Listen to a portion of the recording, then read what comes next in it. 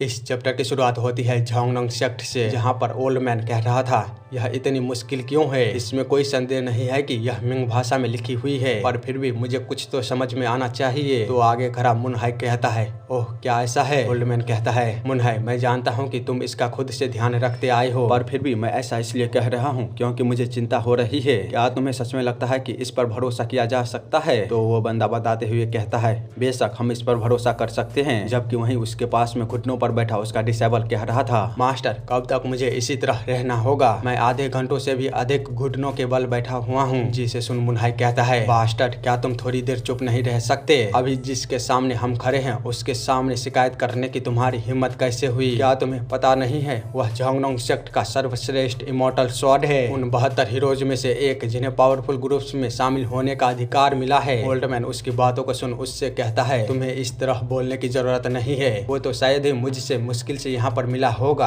वह कैसे मुझे पहचानेगा। इसीलिए तुम्हें उस पर इस तरह गुस्सा करने की आवश्यकता नहीं है। मैं जानता हूँ कि आयरन मार्शल एसोसिएशन में काम करना आसान नहीं है, इसके बावजूद भी तुमने बहुत बढ़िया काम किया है। लेकिन मैं यहाँ पर अपने एक भी लोगों को नहीं देख रहा हूँ। मुझे बताओ ये सभी कहाँ चले गए हैं। जिस पर मुनहाई कहता है, उन सभी को 9 सेंट्रल को दे दिया गया है पावरफुल ग्रुप्स के ग्रैंड असेंबली की तैयारी करने के लिए। शियोमियन जिसको सुन कहता है, क्या हांसू को भी वहीं पर असाइन किया गया है, जबकि मैंने उसे एक लेटर भेजा था। ओल्ड मैन उसकी बातों को सुन कहता है, हांसू क्या तुम योग के डिसेबल की बात कर रहे हो। शियोमियन कहता है, हाँ वो एल्डर श्योक के डायरेक्ट डिसेबल हैं जियोम हांसू। जिसको सुन ओल्ड मैन सीरियस होते हुए कहता है, हमारे लिए पहले ही योग को खोना एक बड़ी बर्बादी थी। पूरे झांगनंग सेक्ट में उसके जैसा जिद्दी और दृढ़ संकल्प वाले व्यक्ति को ढूंढना मुश्किल है। अगर वह उस समय पर मरा नहीं होता तो वह आज भी जिंदा होता और ग्रेट 36 स्वॉर्डमैनशिप को बेहतरीन तरीके से रिस्टोर कर देता। पर खैर अगर हांसू उसका डिसेबल है तो मुझे यकीन है कि वह कोई साधारण बच्चा नहीं होगा। मैं खुद उससे एक बार मिलना चाहता हूँ। कहाँ पर है वो अभी। जिसको सुन जो घबराते हुए कहता है, वह बच्चा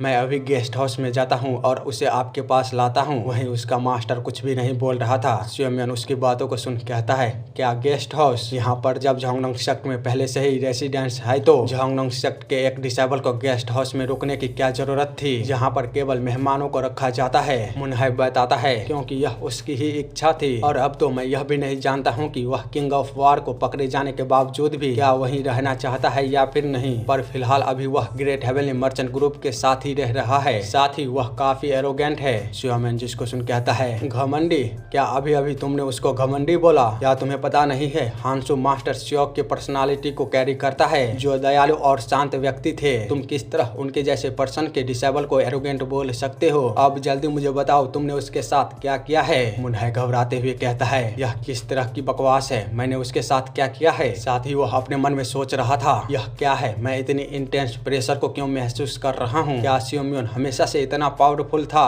तेरे की इससे कोई फर्क नहीं पड़ता है कि यह कमीना कितना आउटस्टैंडिंग है। मैं झांगनंग सेक्ट के एक एल्डर के रूप में अब पीछे नहीं हट सकता। तभी ओल्ड मैन कहता है, मून तुम ये क्या कर रहे हो। तुम्हारी हिम्मत कैसे हुई झांगनंग सेक्ट के एक एल्डर पर शक करने की। मैंने अभी तक किसी भी सस्पिशियस चीज और झूठ को विटनेस नहीं किया है। शियोमियन जिसको सुन एक स्माइल करता है और फिर पीछे हटते हुए कहता है, हाँ क्यों नहीं, मैं कैसे एक एल्डर पर संदेह करने की हिम्मत कर सकता हूँ। और जैसे कि आपने कहा जरूर हांसू के साथ ही कुछ प्रॉब्लम होगा, इसीलिए मास्टर मैं खुद हांसू से मिलने जा रहा हूँ। ओल्ड मैन भी अपने थग लाइफ को दिखाते हुए कहता है, चलो ठीक है, जैसा तुम्हें लगता है वैसा करो। बेचारा मुनहाई को तो इस चीज को सुनते ही एक बड़ा धक्का लगता है, जबकि उसका डिसेबल सोच रहा था, हम मुसीबत में हैं। अगर सीनियर ब्रदर हांसू से मिलते हैं तो वह जरूर चेक करेंगे कि कहीं उसके साथ कुछ बुरा ट्रीट तो नहीं हुआ है। तभी ओल्ड मैन कहता है, सजा जरूरी नहीं है। अगर हांसू झांगनंग सेक्ट को छोड़ना चाहता है तो उसे वो चुनने देना, अगर वह यही चाहता है तो। शियोमियन कहता है, मैं समझ गया मास्टर। और फिर वह वहाँ से जाते हुए जो जोक से कहता है, क्या तुम यहीं पर बैठे रहोगे, चलो मुझे रास्ता दिखाओ कि हांसू कहाँ पर है। वो बंदा जिसको सुन शियोमियन की ओर देखता हुआ कहता है, हाँ जरूर। शियोमियन आगे जाते हुए कहता है,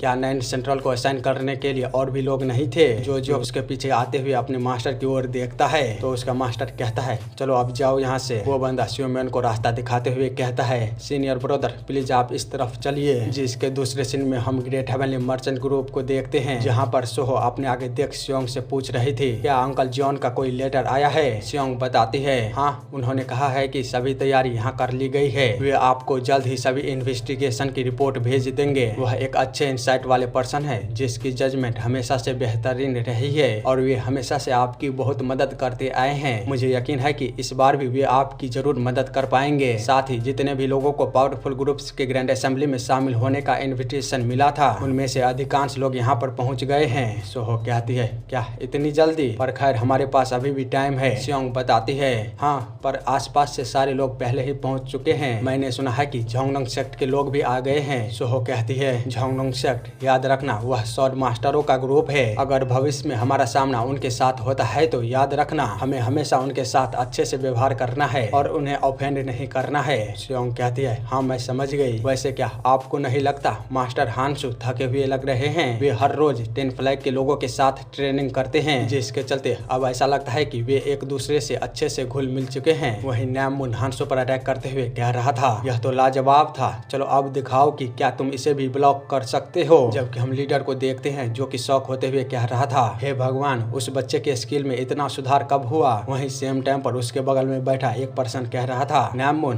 तुम क्या कर रहे हो, उसे ब्लू फ्लैग की ताकत दिखाओ। दूसरी तरफ हम सियोमुन को देखते हैं जो दूर से उन दोनों की फाइट को देखता हुआ सोच रहा था वह बच्चा क्या वही है जो कभी स्वॉर्ड को चलाने से भी डरता था और जिसे दूसरों से हमेशा डर लगता था, पर ये बस उसके सॉफ्ट हार्टेड पर्सनालिटी के कारण था। उसके मास्टर के मरने के बाद वो इतने समय में काफी बदल गया है। शायद उसने एक्सेप्ट करना शुरू कर दिया है सिचुएशन को। साथ ही उसे इसका एहसास होगा उससे पहले ही ग्रेट 36 स्वॉर्डमैनशिप उसके हाथों में शानदार ढंग से खिलने लगेगा। सेम टाइम पर हम जॉर्जियो को देखते हैं जो हांसू को देखता हुआ कह रहा था वह कमीना कब उसने इसे मास्टर कर लिया। वहीं सियोमिन उसे देखता हुआ काफी खुश होता है। वह अपने मन में कहता है तुम्हारे इस अचीवमेंट के लिए मैं तुम्हें दिल से कांग्रेचुलेशन करता हूँ। इसी के बाद हम हांसू को देखते हैं जो अपना एक अटैक करता है हेवनली सर्जिंग वाटर और एक ही झटके में उस बंदे को हरा देता है नाममुन, जिसके चलते हवा में उड़ता हुआ सीधे पानी में जाकर गिरता है। तो हांसू उसके पास आकर अपने हाथ को आगे करते हुए कहता है यह बैटल काफी शानदार था,